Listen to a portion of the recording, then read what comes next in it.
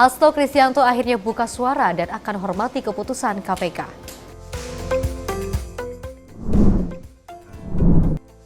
Ratusan mesin gendong dimusnahkan polisi.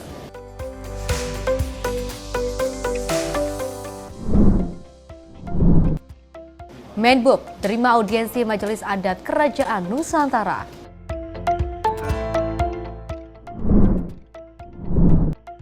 Longsor di Kota Tarakan, 3 orang meninggal dunia.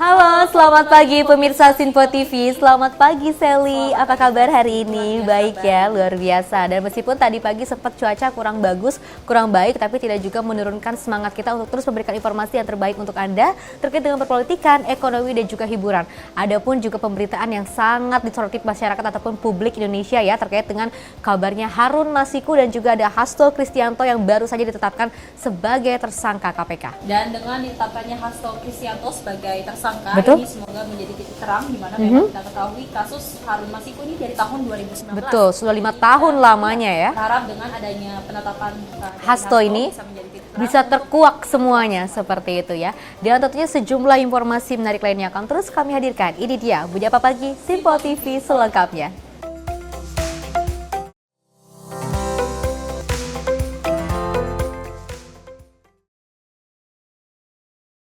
Ya pemirsa, kita awali dengan berita utama. Sekretariat Jenderal atau Sekjen Partai Demokrasi Indonesia Perjuangan Hasto Kristianto akhirnya buka suara usai dirinya ditetapkan sebagai tersangka oleh Komisi Pemberantasan Korupsi. Dan Hasto mengatakan partainya akan menghormati proses hukum yang berjalan.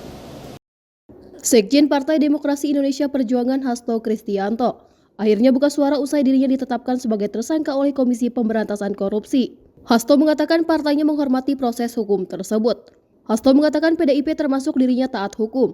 PDIP kata dia adalah partai yang menjunjung tinggi supremasi hukum. Hasto juga menyinggung soal sikapnya yang mengkritisi berbagai hal. Dia memahami bakal menghadapi risiko ketika menyampaikan pandangan kritis. Terima kasih seluruh masyarakat Indonesia yang saya cintai dan banggakan. Setelah penetapan saya sebagai tersangka oleh KPK, maka sikap dari PD Perjuangan adalah menghormati keputusan dari KPK. Kami adalah warga negara yang taat hukum. PD Perjuangan adalah partai yang menjunjung tinggi supremasi hukum.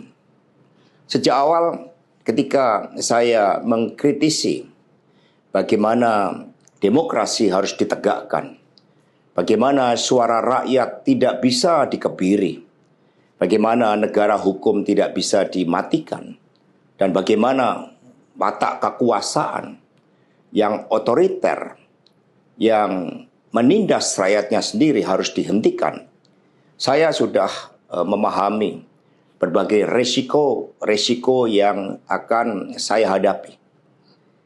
Maka sebagai murid Bung Karno, saya mengikuti apa yang tertulis di dalam buku Cindy Adams ini. Inilah kitab perjuangan saya. Dan seluruh kader-kader PD Perjuangan sekarang memasuki tahap bab 9. Di mana Bung Karno ketika mendirikan PNI, prinsip yang dipegang adalah non-cooperation. Demi cita-cita Indonesia merdeka, demi rakyat berdaulat, bisa berserikat, berkumpul, dan menyampaikan pendapatnya, maka penjara pun adalah suatu jalan dan bagian dari pengorbanan terhadap cita-cita. KPK sebelumnya resmi mengumumkan Hasto Kristianto sebagai tersangka suap terkait buronan Harun Masiku. Hasto disebut aktif mengupayakan Harun memenangkan kursi anggota DPR pada pemilu 2019 melalui proses pergantian antar waktu atau PAW. Dia juga menjadi tersangka dalam kasus dugaan perintangan penyidikan. Hasto diduga melakukan perintangan dalam kasus suap PAW anggota DPR sejak operasi tangkap tangan digelar. Salah satunya dia diduga memerintahkan sejumlah ponsel dirusak dan dibuang. Dari Jakarta, Dio Malau, Rona Bayu, Sinpo TV melaporkan. Dari Wakil Presiden Republik Indonesia Gibran Rakabuming Raka juga meninjau gerbang tol Tanjung Pura Kabupaten Langkat, Sumatera Utara pada Selasa kemarin. Dan kunjungan ini dalam rangka memastikan kesiapan jalan tol Tanjung Pura dan berbagai fasilitas penunjangnya dalam mendukung kelancaran dan kenyamanan mobilitas masyarakat selama perayaan Natal. Dalam menyambut libur Natal dan Tahun Baru, Wakil Presiden Republik Indonesia Gibran Rakabuming Raka didampingi selfie Gibran Rakabuming Raka meninjau gerbang tol Tanjung Pura, Kabupaten Langkat, Sumatera Utara pada Selasa 24 Desember 2024. Sebagai bagian dari jalan tol Binjai Langsa, tol Tanjung Pura telah dibuka sementara sejak 18 Desember 2024 hingga 7 Januari 2025 untuk melayani peningkatan arus kendaraan pada libur akhir tahun. Meskipun masih dibuka sementara, namun Wapres berharap jalan tol Tanjung Pura berfungsi secara optimal sehingga masyarakat dapat menikmati liburan Nataru dengan lancar, aman, dan nyaman. Wapres menilai jalan tol ini sangat strategis untuk meningkatkan konektivitas antar wilayah, mempercepat waktu tempuh perjalanan, serta mendukung distribusi logistik di kawasan tersebut. Tim redaksi Sinpo TV melaporkan. Kita beralih ke informasi selanjutnya. Taman Mini Indonesia atau TMI menyiapkan beragam acara istimewa untuk menyambut perayaan akhir tahun. Mulai dari pameran, bazar kuliner hingga sorak-sorai festival yang akan diisi oleh penampilan artis-artis tanah air.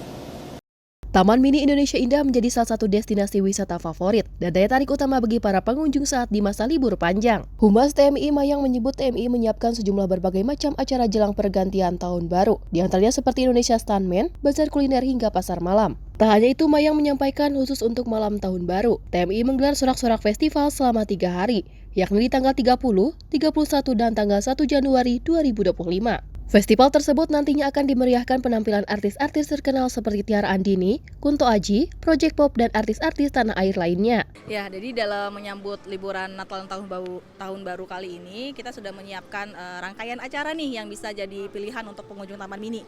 Di antaranya ada Indonesia International Stuntman Show, itu pertunjukan aksi laga Stuntman Internasional yang berlangsung dari tanggal 29 November hingga tanggal 12 Januari. Lalu kita juga punya pameran Pipi Laka, immersive exhibition, itu berlangsung dari tanggal 14 Desember hingga tanggal 31 Januari. Lalu juga ada Perdana Ria ini seperti pasar malam. Lalu ada bazar kulinernya juga, itu masih sampai 19 Januari setiap hari.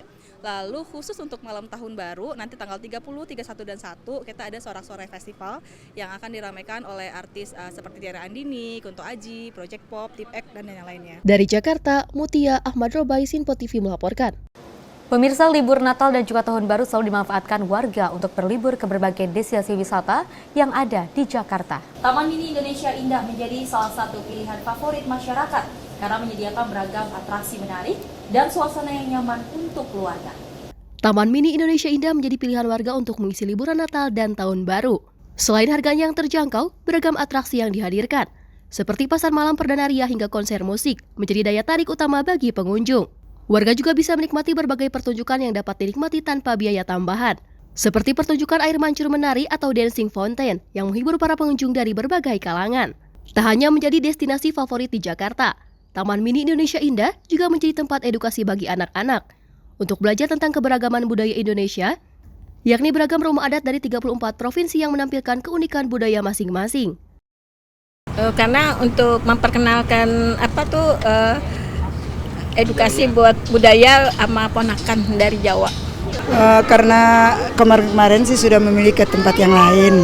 Terus pas hari ini anak-anak mau ke Taman Mini. Iya. Dan ini kan fasilitas di sini kan banyak tuh ya. Iya. Dari bis, dari toilet, parkiran. Menurut Ibu penilaian tentang itu bagaimana? Apakah parkir kurang banyak atau bisa kurang banyak?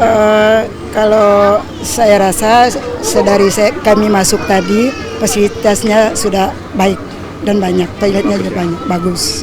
Ya, soalnya Taman Mini ini bagus buat edukasi juga anak-anak sekalian gitu. Dari jarak juga tempuh nggak begitu jauh. Kalau parkiran mungkin lebih ditingkatkan lagi ya. Soalnya kan kalau libur ini otomatis pengunjung banyak. Jadi saya aja tadi nyari parkir agak susah. Mungkin parkiran lebih diperbanyak lagi dah. Karena Taman Mini lagi banyak hiburan akhir tahun, jadi kita milih ke Taman Mini. event-event yang rame kayak gini, itu mungkin di fasilitas bisnya diperbanyak lagi karena tadi itu sampai ngantri banget. Karena di sini banyak pembelajaran juga, banyak kami di sini juga ke Museum Al-Quran buat lihat sejarah-sejarah Al-Quran dan juga Istiqlal. Dari Jakarta, Mutia Ahmad Robai, Sinpo TV melaporkan. Pemirsa, kemeriahan Natal 2024 di Center Park Jakarta yang juga diwarnai dengan tema Unwrap the Joy yang juga menampilkan pohon Natal raksasa setinggi 33 meter Tribeca Park. Dan acara ini dibuka dengan prosesi penyalaan lampu dan diisi dengan berbagai hiburan, termasuk Pokemon Festival yang berlangsung hingga 5 Januari 2025. Perayaan Natal 2024 di Central Park Jakarta mengusung tema Unwrap the Joy. Dimulai dari 23 Desember 2024 hingga 5 Januari 2025. Acara ini menampilkan pohon Natal raksasa 33 meter yang dimeriahkan dengan lampu LED, pertunjukan laser dan parade Pokemon yang menciptakan keceriaan. Pengunjung dapat menikmati Pokemon Festival yang berlangsung hingga 5 Januari dengan berbagai aktivitas menarik seperti Pokemon Illumination Park dan Meet and Greet dengan karakter ikonik. Festival ini bertujuan menghadirkan pengalaman liburan yang menyenangkan bagi keluarga yang hadir dalam event ini. Dari Jakarta, Dias, tim Sinpo TV melaporkan. Pemirsa, para astronot yang juga terjebak sejak Juni lalu berbagai pesan Natal dari Stasiun Luar Angkasa Internasional. Dan para astronot mengucapkan selamat Natal bagi orang-orang yang tercintanya dan memberikan harapan baik di hari Natal tahun ini. Berbeda dari perayaan Natal pada umumnya, beginilah momen perayaan Natal para astronot yang terjebak sejak Juni lalu. Mereka berbagi pesan Natal dari Stasiun Luar Angkasa Internasional. Mereka bernama Sunny William, Don Petit, Nick Hague, dan Butch Wilmore. Dalam video terlihat, mereka berbagi pesan Natal untuk keluarga tercinta lewat Stasiun Luar Angkasa Internasional. Tampak keempat astronot berkumpul bersama lengkap dengan atribut Natal, menyampaikan harapan baiknya di hari Natal tahun ini. Salah satunya astronot William menyampaikan rasa senangnya menghabiskan waktu bersama dengan rekan-rekannya di Stasiun Luar Angkasa. Ia juga bercerita soal menyambut momen Natal. Menurutnya menyenangkan dan sangat ditunggu-tunggu. Welcome to the International Space Station as we get ready for the Christmas holidays. It's a great time of year up here. We get to spend it with all of our family up on the International Space Station. There's 7 of us up here, and so we're going to get to enjoy company together.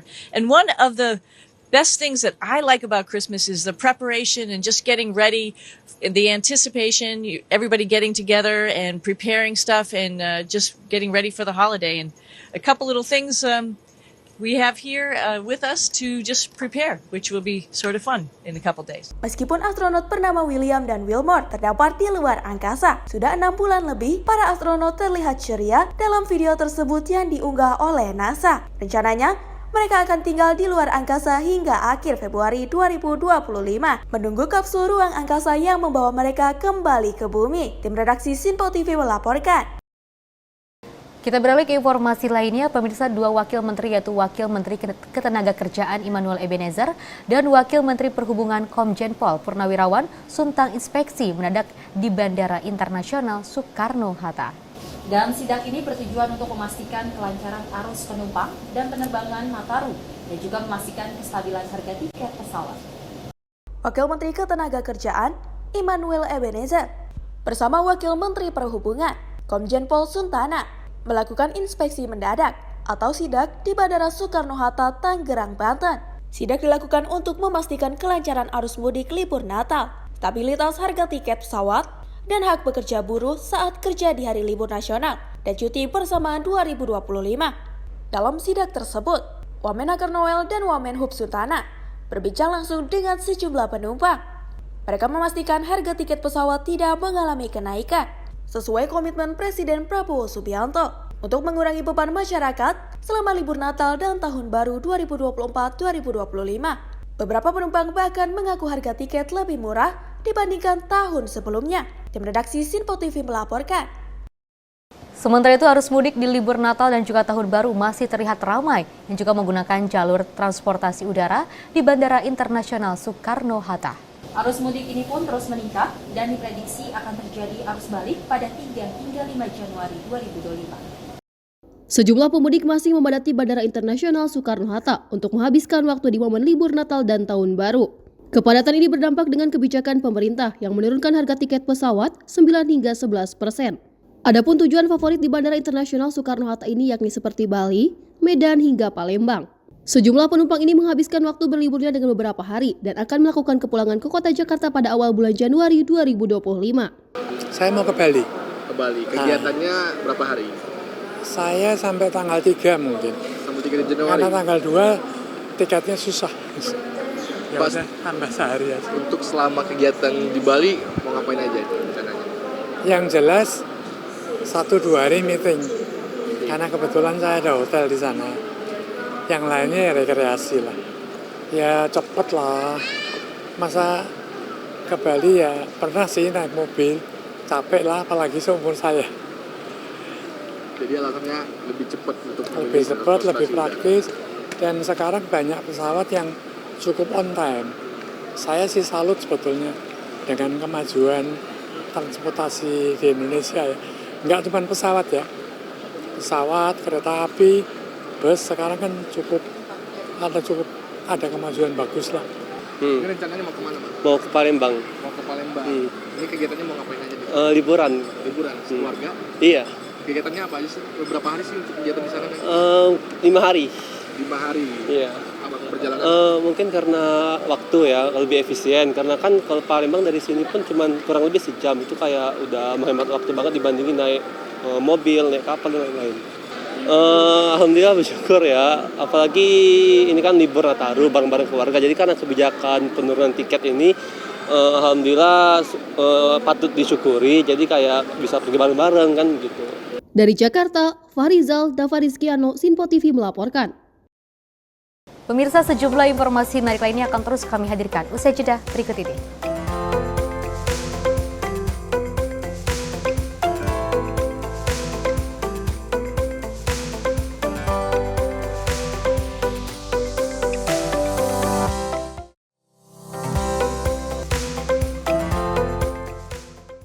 Halo, selamat malam pemirsa. Senang sekali rasanya kami mengisi ruang informasi Anda. Akhiri aktivitas Anda dengan rangkuman perkembangan peristiwa yang terjadi sepanjang hari. Sebelumnya kita saksikan ada sekitar 3.000 tamu undangan, sementara di Ibu Kota Nusantara ini ada sekitar 2.000 tamu undangan. Rangkaian informasi nasional dan mancanegara dirangkum sebagai penutup hari dalam Menyapa Malam. Setiap Senin hingga Jumat pukul 8 malam, hanya di Sinpo TV. Halo pemirsa, kami kembali hadir dengan sejumlah informasi yang kami himpun dari berbagai penjuru dunia. Rangkaian informasi yang membuat akhir pekan Anda begitu bermakna. Sebuah kelompok di Afrika Selatan memberikan layanan pertunjukan film dengan tenaga surya. Berita yang menjadi sorotan media dari dalam dan luar negeri, kami hadirkan untuk menemani pekan Anda dalam Sinpo Dunia Sepekan, Sabtu dan Minggu pukul 9 pagi, hanya di Sinpo TV. Halo, selamat pagi pemirsa Sinpo TV. Selamat pagi Andi. Selamat pagi, Fen. Beragam informasi terbaru hadir menemani Anda sebelum memulai hari. Itu memang dari Menteri Perhubungan juga mendukung, Betul. dari Menteri Keuangan juga mendukung, dan kita sebagai masyarakat pun juga harus mendukung. Mengangkat isu yang tengah menjadi pembicaraan paling hangat, semarakan pagi Anda bersama Menyapa Pagi. Setiap Senin hingga Jumat pukul 6 pagi, hanya di Sinpo TV. Kami hadir dengan rangkaian informasi dari berbagai penjuru dunia. Topik dan isu yang tengah menjadi sorotan mancanegara dikemas dengan lengkap untuk Anda.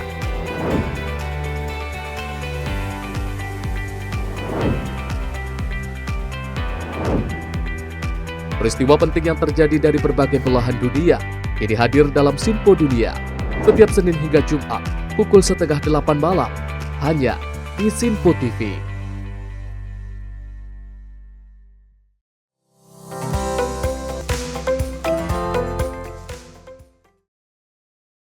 Terima kasih pemirsa, Anda masih menyaksikan Menyapa Pagi Sinpo TV, dan kita lanjutkan informasinya, di mana Wakil Presiden Republik Indonesia Gibran Rakabuming Raka ini meninjau penggunaan mesin penanam padi atau rice transplanter di persawahan Desa Aman Damai, Kabupaten Langkat, Provinsi Sumatera Utara pada Selasa kemarin.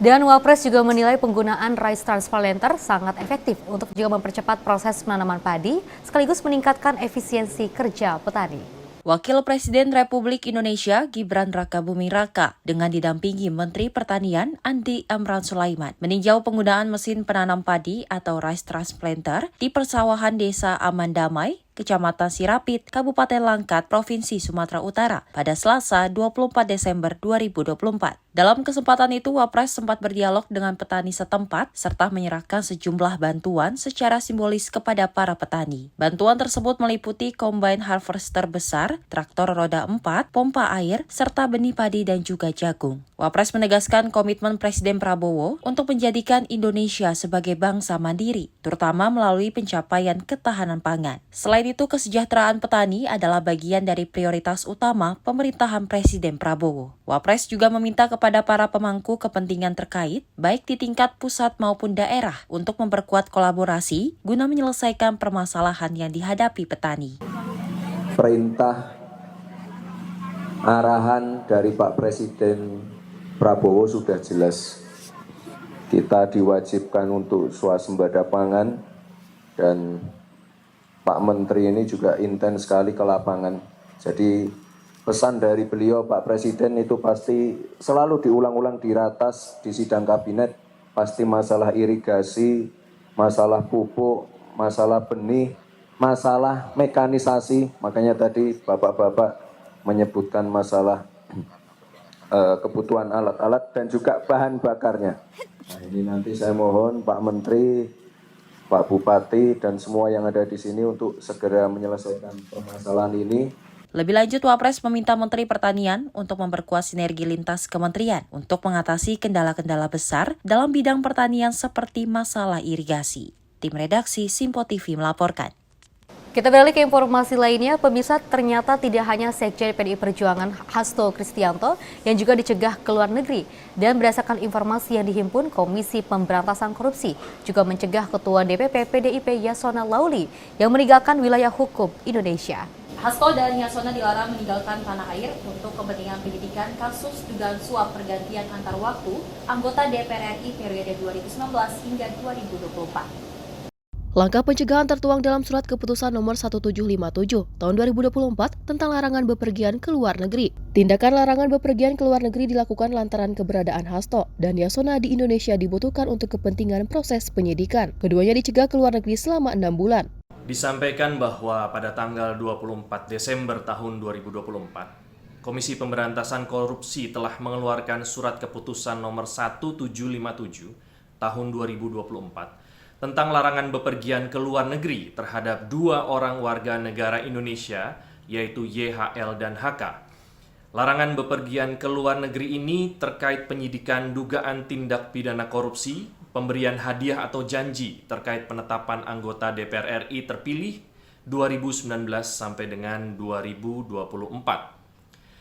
Tindakan larangan bepergian ke luar negeri tersebut dilakukan oleh penyidik karena keberadaan yang bersangkutan di wilayah Indonesia dibutuhkan dalam rangka proses penyidikan dugaan tindak pidana korupsi sebagaimana tersebut di atas. Keputusan ini berlaku untuk 6 bulan ke depan. Untuk diketahui bahwa pertanggal 9 Januari 2020, Komisi Pemberantasan Korupsi melakukan penyidikan untuk perkara sebagaimana tersebut di atas dan telah menetapkan Saudara HM sebagai tersangka. Proses penyidikan saat ini berkembang dengan penetapan tersangka HK sebagaimana yang telah diumumkan tadi sore oleh Komisi Pemberantasan Korupsi. Diketahui sebelumnya, Komisi Pemberantasan Korupsi menetapkan Sekjen PDIP, Hasto Kristianto, sebagai tersangka tindak pidana suap atau gratifikasi pergantian antar waktu calon legislatif, periode 2019-2024 Harun Masiku. Selain itu, Sekjen PDIP juga ditetapkan atas tindak pidana perintangan penyidikan pelarian buron Harun Masiku. Dari Jakarta, Dio Malau, Rona Bayu, Simpo TV melaporkan. Kita beralih ke informasi lainnya, pemirsa, kecelakaan yang menimpa pesawat Embraer 190 jatuh dekat Aktau, Kazakhstan pada Rabu 25 Desember 2024. Pesawat jatuh sekitar 3 km dari Bandara Aktau dan menyebabkan ledakan dan asap hitam tebal. Telah terjadi kecelakaan yang menimpa pesawat Embraer 190 dengan nomor penerbangan J28243 yang jatuh di dekat Aktau, Kazakhstan pada Rabu 25 Desember. Video amatir tersebut terlihat pesawat Azerbaijan Airlines jatuh dan meledak di wilayah pesisir kota Aktau ketika berusaha melakukan pendaratan darurat sekitar 3 km dan menghantam tanah dengan keras lalu diikuti asap hitam tebal yang membumbung ke langit. Selama penerbangan data Flight Radar 24, pesawat menghadapi gangguan GPS kuat yang mengakibatkan data penerbangan ADS-B tidak akurat. Sebanyak 32 orang dilaporkan selamat, termasuk 2 anak-anak dan 4 jenazah telah ditemukan, namun jumlah korban tewas belum dapat dipastikan. Lebih dari 150 petugas penyelamat dan tenaga medis sosialis dari Astana dikerahkan ke lokasi untuk proses evakuasi dan penyelamatan. Para korban yang terluka segera dilarikan ke rumah sakit terdekat dan beberapa di antaranya kritis. Kementerian Kesehatan Kazakhstan menyebutkan kecelakaan dipicu tabrakan pesawat dengan seekor burung. Tangki oksigen pesawat meledak setelah tabrakan itu. Dari Jakarta, Sylvia, tim Sinpo TV melaporkan.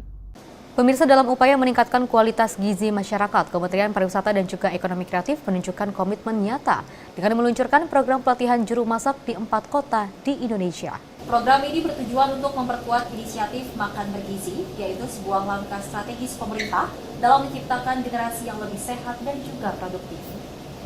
Menteri Ekonomi Kreatif RI, Tengku Rifki Harsha, berkomitmen penuh dalam mendukung program Makan Bergizi pemerintah. Salah satunya melalui program pelatihan juru masak yang berlangsung serentak di 4 kota, yaitu Surakarta, Kupang, Balikpapan, dan Medan. Mendekraf Rifki menjelaskan bahwa kegiatan ini merupakan salah satu quick win Kemendekraf yang juga sejalan dengan asta-cita Presiden Prabowo Subianto. Dalam hal ini, Kementerian Ekonomi Kreatif akan berkoordinasi dengan Badan Gizi Nasional untuk implementasi pelatihan juru masak, termasuk tempat pelaksanaan pelatihan. Program Makan Bergizi tidak hanya menjadi tanggung jawab pemerintah, tetapi juga membutuhkan kolaborasi dengan semua pihak. Dan sebagai juru masak, Bapak Ibu adalah ujung tombak yang dapat langsung menjaga dan meningkatkan kualitas makanan yang dikonsumsi nantinya.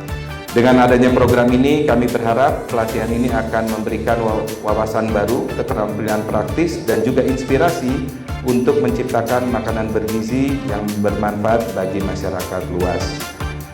Ya, semoga dengan adanya kegiatan ini, semangat kita dalam mengembangkan ekonomi kreatif dalam terus berjaga, pada akhirnya sektor ekonomi kreatif termasuk kuliner menjadi salah satu pengungkit mesin baru pertumbuhan ekonomi daerah. Dengan demikian, menu makanan yang disiapkan dapat bervariasi, tetapi tetap memperhatikan kalori dan gizi yang tepat. Tim redaksi Sinpo TV melaporkan. Pemirsa, sebanyak 192 mesin judi dingdong, 1.000 keping koin mesin dingdong, dan juga 17 mesin tembak ikan dimusnahkan kepolisian daerah Sumatera Utara. Ratusan mesin judi elektronik itu merupakan hasil sitaan dari penindakan kasus perjudian di Kecamatan Kuta Limbaru, Kabupaten Deli Serdang.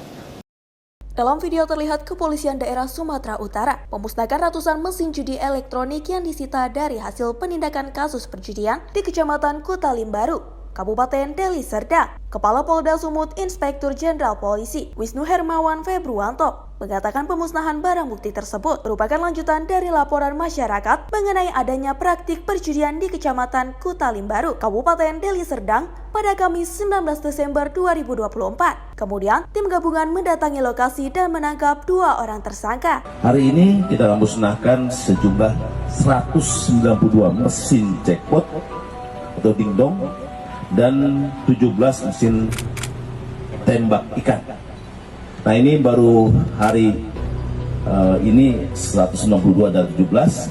Minggu depan ada lagi, kita musnahkan lagi. Minggu depan ada lagi, kita musnahkan lagi. Komitmen kita jelas bahwa kita akan memberantas perjudian di wilayah Sumut. Dari hasil penangkapan, sebanyak 192 mesin judi dingdong, 1.000 keping koin mesin dingdong, dan 17 mesin tembak ikan dimusnahkan kepolisian daerah Sumatera Utara. Direktur Kriminal Umum Polda Sumut Komisaris Besar Polisi Sumaryono mengatakan, pada Desember 2024, jajarannya telah mengungkap sebanyak 503 perkara judi dan menetapkan 685 orang sebagai tersangka. Tim redaksi Sinpo TV melaporkan.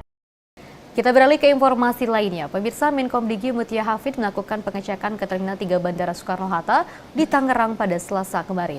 Kehadirannya untuk memastikan layanan komunikasi seluler di bandara tersibuk di Indonesia itu berjalan dengan baik selama periode Natal 2024 dan Tahun Baru 2025. Menurut Mutia, selain memastikan layanan komunikasi, kehadirannya ke Bandara Soekarno-Hatta itu pun atas arahan Presiden Prabowo Subianto untuk pengecekan berbagai kesiapan untuk melayani masyarakat. Ia memastikan tidak ada interferensi yang dapat mengganggu terhadap frekuensi-frekuensi penerbangan selama Natal dan Tahun Baru. Kami melakukan pengecekan terhadap pelaksanaan liburan Natal dan Tahun Baru, bahwa layanan komunikasi seluler berjalan dengan baik, terutama di titik-titik yang memang padat seperti di Bandara Soekarno-Hatta.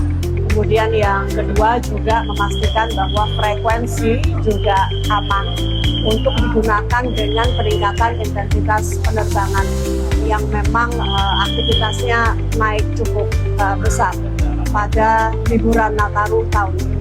Kami disampaikan oleh Dirut Angkasa Pura Indonesia bahwa ada kenaikan penumpang sebanyak 12% dari tahun lalu.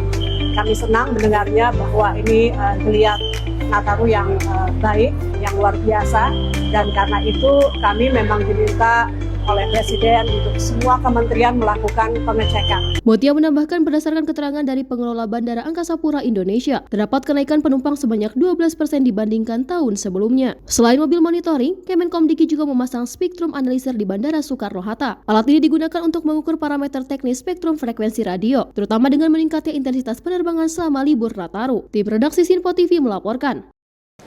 Pemirsa, Menteri Desa dan juga Pembangunan Daerah Tertinggal Republik Indonesia Yandri Susanto meluncurkan program Pemuda Pelopor Desa. Program ini bertujuan agar pemuda tidak malu tinggal dan bekerja di desa, serta untuk menghentikan laju urbanisasi. Kementerian Desa dan Pembangunan Daerah Tertinggal atau Kemendes PDT meluncurkan program Pemuda Pelopor Desa dan Penggerak Kebudayaan yang dapat berperan mengoptimalkan pembangunan desa. Program Pemuda Pelopor Desa merupakan salah satu rencana aksi Kemendes PDT di bawah kepemimpinan Yandri Susanto yang ditujukan untuk memperdayakan pemuda-pemudi di desa agar mampu membangun desa mereka. Peluncuran dilakukan di kantor Desa Nagrak Utara, Kecamatan Nagrak, Kabupaten Sukabumi, Jawa Barat, yang dihadiri oleh Wamendes PDT Riza Patria bersama utusan khusus Presiden Raffi Ahmad.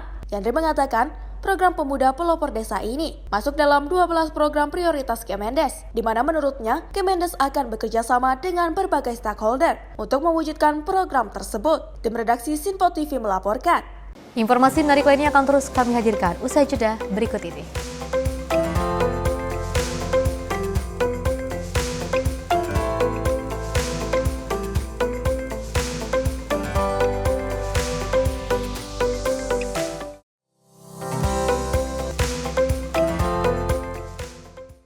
Halo pemirsa, kami kembali hadir dengan sejumlah informasi yang kami himpun dari berbagai penjuru dunia. Rangkaian informasi yang membuat akhir pekan Anda begitu bermakna. Sebuah kelompok di Afrika Selatan memberikan layanan pertunjukan film dengan tenaga surya. Berita yang menjadi sorotan media dari dalam dan luar negeri, kami hadirkan untuk menemani pekan Anda dalam Sinpo Dunia Sepekan, Sabtu dan Minggu pukul 9 pagi, hanya di Sinpo TV. Pemirsa, Sinpo TV kembali hadir menemani Anda dengan berbagai informasi yang telah kami rangkum dalam sepekan. Sajian lengkap informasi sepekan kami hadirkan untuk Anda. Badan Legislasi DPR menemui masa unjuk rasa di depan gedung DPR RI Senayan, Jakarta. Menemani akhir pekan Anda bersama keluarga dengan rangkuman berita menyeluruh dalam Sinpo Sepekan setiap minggu pukul 6 pagi, hanya di Sinpo TV. Kami hadir dengan rangkaian informasi dari berbagai penjuru dunia. Topik dan isu yang tengah menjadi sorotan mancanegara dikemas dengan lengkap untuk Anda.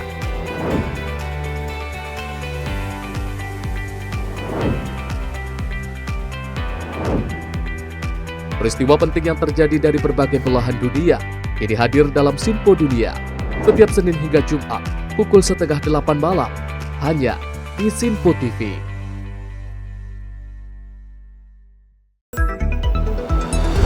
Jadilah yang pertama mengetahui perkembangan terkini seputar informasi dari lembaga parlemen. Punya data nasional, tidak ada satupun backup berarti kan? Tiba-tiba ada putusan yang nggak masuk akal dan seperti ini gitu. Kita ambilkan rekomendasi kepada KPK, periksa! Kami hadirkan informasi paling akurat untuk mengawal setiap informasi dalam rapat komisi dan paripurna. Tentunya bersama saya Andi Rezaldi yang telah kami rangkum dalam program Sinpo Parlemen. Saya Arif Rifani. Saksikan Sinpo Parlemen setiap Sabtu pukul 6 pagi hanya di Sinpo TV.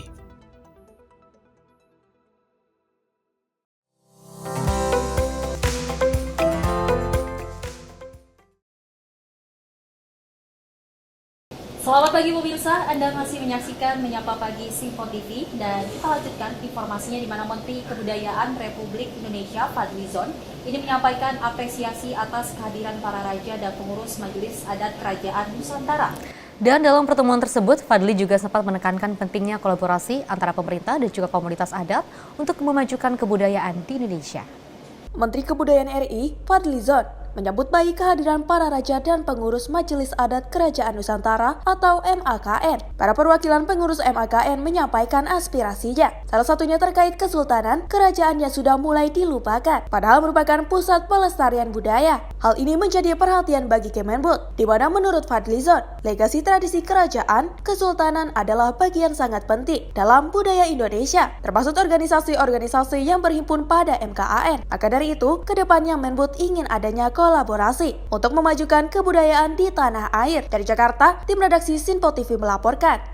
Menteri Pemberdayaan Perempuan dan juga Perlindungan Anak Arifah Fauzi bertemu dengan Menteri Badan Usaha Milik Negara Erick Thohir untuk memperkuat kolaborasi dalam memberdayakan perempuan dan juga perlindungan anak. Langkah ini pemirsa bertujuan untuk mendukung pembangunan sumber daya manusia yang berkualitas menuju Indonesia Emas 2045. Menteri Pemberdayaan Perempuan dan Perlindungan Anak Arifah Hoiri Fauzi dan Menteri Badan Usaha Milik Negara Erick Thohir melakukan pertemuan untuk menyelaraskan program yang bertujuan memperkuat layanan kepada masyarakat. Sinkronisasi ini dilakukan sebagai bagian dari arahan Presiden Prabowo Subianto guna mempercepat terwujudnya visi Indonesia Emas 2045 dengan fokus pada peningkatan kesejahteraan keluarga. Dalam pertemuan tersebut, Kementerian BUMN menyampaikan komitmennya untuk mendukung Kementerian PPPA khususnya dalam meningkatkan teknologi layanan pengaduan melalui pusat panggilan atau call center. Dengan bantuan PT Telkom Indonesia, teknologi baru akan digunakan untuk mempercepat penanganan aduan terkait perempuan dan anak. Dari Jakarta, tim redaksi Sinpo TV melaporkan. Kita beralih ke informasi lainnya. Diduga akibat kelalaian orang tua saat membawa anak ke pusat perbelanjaan, seorang anak balita terjepit tangga jalan atau eskalator salah satu pusat perbelanjaan Season City, Tambora, Jakarta Barat. Akibat peristiwa ini, sang balita mengalami luka patah tulang pada bagian paha. Dari rekaman video milik warga, nampak seorang anak balita berusia 2 tahun terjepit di tangga jalan eskalator pusat perbelanjaan Season City, Tambora, Jakarta Barat. Sejumlah pengunjung juga turut membantu mengeluarkan kaki sang anak yang terjepit. Sementara sang ibu tak kuasa menahan tangis dan berteriak histeris. Kapolsek Tambora Kompol Doni Agung Harvida mengatakan, sang ibu diduga lalai saat menuruni eskalator dengan membiarkan sang anak duduk di anak tangga. Akibat peristiwa ini, sang anak menderita luka patah tulang pada bagian paha kanan. Seorang balita yang berusia kurang lebih 2 tahun, posisinya terjepit di eskalator, di samping eskalator tersebut. Akibat dari terjepitnya yang bersangkutan korban di eskalator menyebabkan korban mengalami patah tulang paha kanan. Pak, itu kalau penyebabnya sendiri apa sih Pak? Itu bisa sampai terjepit itu Pak? Jadi penyebabnya adalah orang tua tidak mengawasi anaknya pada saat menaiki eskalator. Jadi putranya tersebut bermain jongkok di eskalator pada saat turun dari atas ke bawah. Atas insiden ini, pihak kepolisian mengimbau kepada para orang tua agar selalu mengawasi buah hatinya dan selalu waspada saat mengajak anak-anaknya ke pusat-pusat perbelanjaan, khususnya saat menaiki tangga jalan eskalator agar peristiwa serupa tak terulang kembali. Dari Jakarta, kontributor Sinpo TV melaporkan. Pemirsa, Wakil Menteri BUMN Aminuddin Ma'ruf meninjau langsung kesiapan teknologi layanan operasi jasa marga dalam periode arus mudik dan juga balik libur Nataru 2024. Selain peninjauan oleh Wamen BUMN ini, pihak Jasa Marga juga mengimbau seluruh masyarakat untuk memperhatikan keselamatan hingga keamanan berkendara agar tidak terjadi peluang kecelakaan di ruas jalan tol. Dalam rangka meninjau langsung pelayanan yang diberikan pihak Jasa Marga bagi para pemudik di libur Nataru 2024, Wakil Menteri BUMN Aminuddin Ma'ruf melihat pusat kendali operasi jalan tol Jasa Marga di Kota Bekasi, Jawa Barat, didampingi Direktur Utama PT Jasa Marga Subakti Sukur. Kegiatan ini dilakukan Aminuddin secara dekat dengan pusat kendali untuk memantau langsung kesiapan teknologi layanan operasi Jasa Marga dalam masa arus mudik dan arus balik periode libur ini.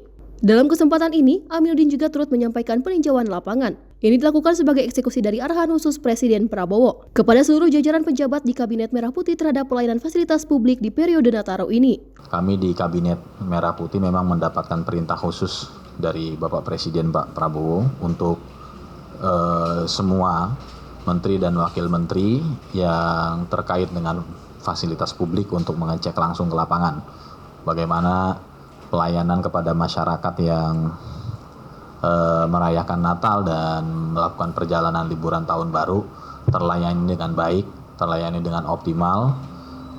Keselamatan dan kenyamanan menjadi dua indikator penting yang harus kita pastikan berjalan dengan baik. Sampai dari tanggal 18 dimulainya siaga dalam rangka Natal dan Tahun Baru sampai hari ini tadi jam 6 pagi sudah ada sekitar 1,3 juta kendaraan yang keluar dari Jakarta menuju berbagai arah. Adapun terkait data statistik pemudik yang menggunakan jalur darat via jalan tol, Corporate Communication and Community Development Group Head PT Jasa Marga Laisi Oktaviana menambahkan volume kendaraan yang melintasi 4 gerbang tol utama yakni gerbang tol Cikampek Utama, Cikupa, Ciawi hingga Kalihurip Utama capai 1,3 juta per tanggal 26 Desember pukul 6 pagi. Perhitungan jumlah kendaraan ini dihitung terakhir mengingat laporan dari shift terakhir kemarin dihitung pada pukul 6 pagi waktu Indonesia Barat. Menurut Laisi, dengan periode yang sama pada tahun lalu di tanggal 18 hingga 25 Desember 2023, mengalami penurunan dari 1,4 juta menjadi 1,3 juta di tahun ini. Kan kalau kita akumulasi ya dari 18 sampai 25 Desember itu meninggalkan Jabotabek untuk akumulasi di 4 gerbang tol utama itu 1.332.878 kendaraan. Nah ini lebih rendah dibandingkan dengan periode yang sama tahun lalu 6,5% itu di 1,4 juta kendaraan. Gitu. Jadi memang di periode yang sama ini secara kendaraan diakumulasi di 4 gerbang tol utama itu ya, itu lebih rendah 6,5%. Lebih lanjut, melalui pemaparan data statistik ini, Jasa Marga mengimbau seluruh masyarakat yang menggunakan layanan jasa tol di periode Nataru 2024 memperhatikan kondisi yang prima serta menyiapkan kebutuhan perjalanan seperti uang elektronik, bahan bakar hingga konsumsi selama perjalanan berlangsung. Dari Jakarta, Max, juru kamera Azizul Hakim, Tim Liputan Sinpo TV. Pemirsa, Wamendagri Bima Arya Sugiarto memberikan kado Natal istimewa kepada keluarga bayi yang juga lahir pada 25 Desember 2024 dalam kunjungannya ke Rumah Sakit Ibu dan Anak Melinda, Kota Bandung, Jawa Barat. Dan Bima menyerahkan dokumen kependudukan lengkap berupa akta kelahiran, kartu identitas anak, dan kartu keluarga yang telah diperbarui.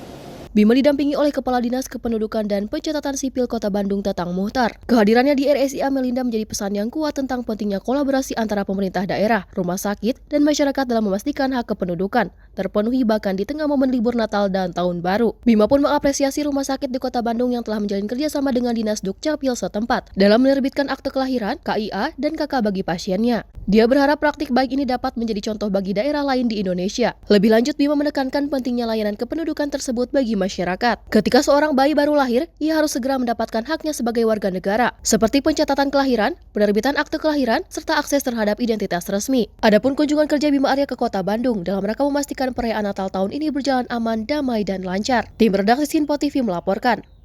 Kita beralih ke informasi selanjutnya. Pemirsa, hujan dengan intensitas tinggi yang disertai dengan kondisi tanah yang labil menyebabkan terjadinya longsor di Kota Tarakan, Kalimantan Utara pada Rabu kemarin. Longsor ini melanda 2 kelurahan, yakni Kelurahan Karanganyar dan Kecamatan Tarakan Barat, dan Kelurahan Pamusian di Kecamatan Tarakan Tengah.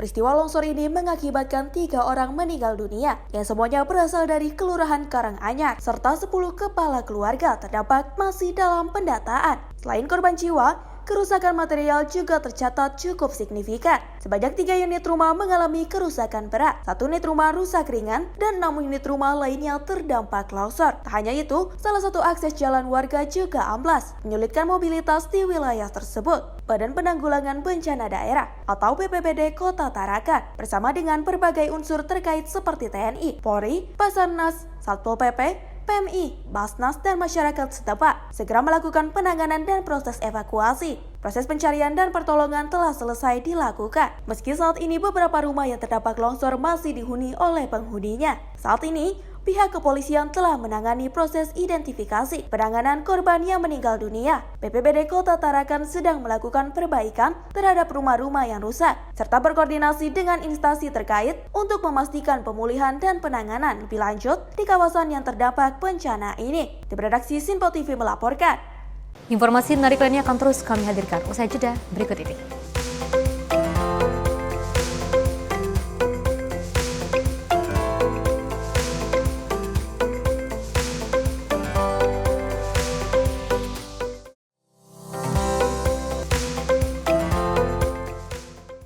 Halo, selamat malam pemirsa. Senang sekali rasanya kami mengisi ruang informasi Anda. Akhiri aktivitas Anda dengan rangkuman perkembangan peristiwa yang terjadi sepanjang hari.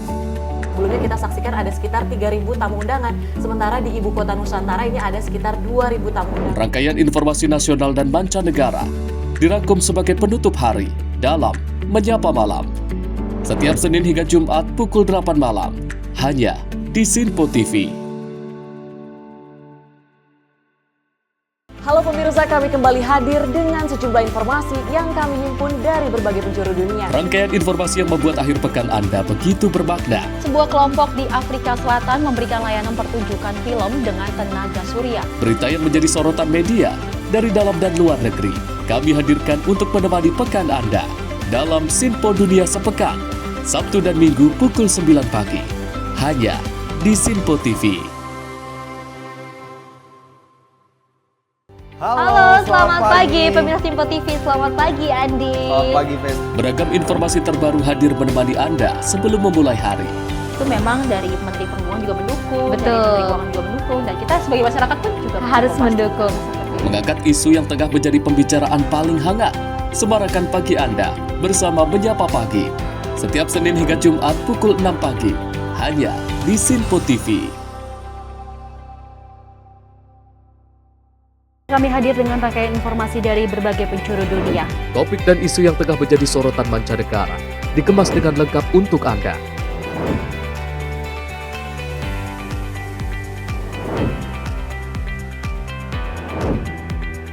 Peristiwa penting yang terjadi dari berbagai belahan dunia kini hadir dalam Sinpo Dunia setiap Senin hingga Jumat pukul 7:30 malam, hanya di Sinpo TV.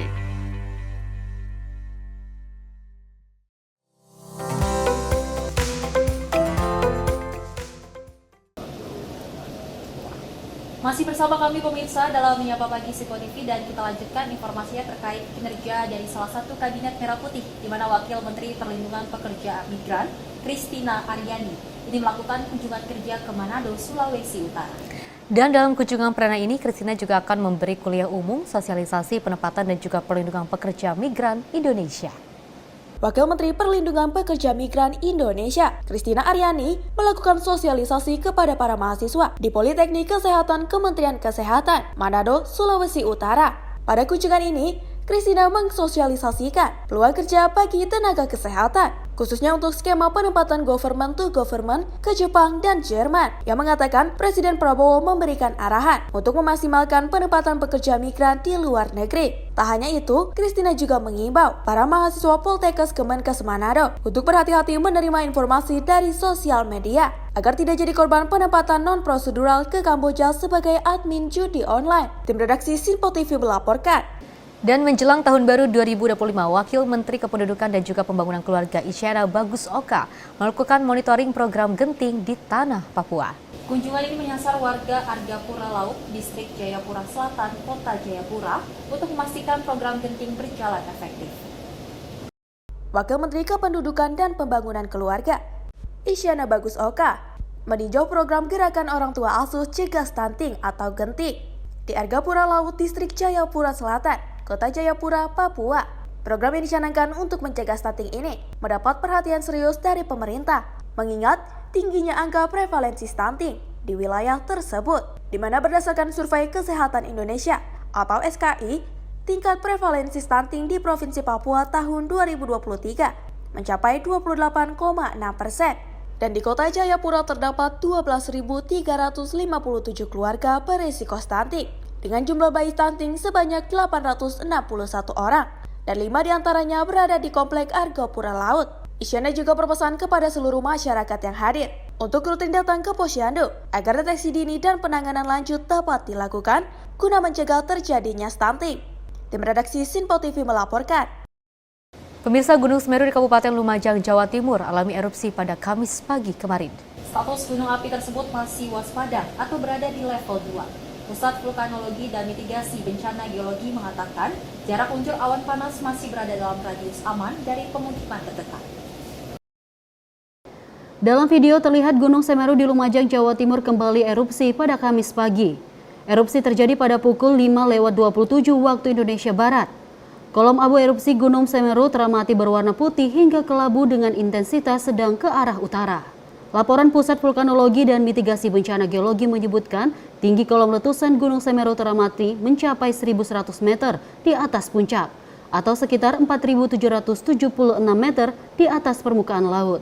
Status gunung api tersebut masih waspada atau berada di level 2. Pusat Vulkanologi dan Mitigasi Bencana Geologi menyampaikan jarak luncur awan panas masih berada dalam radius aman dari permukaan atau permukiman terdekat.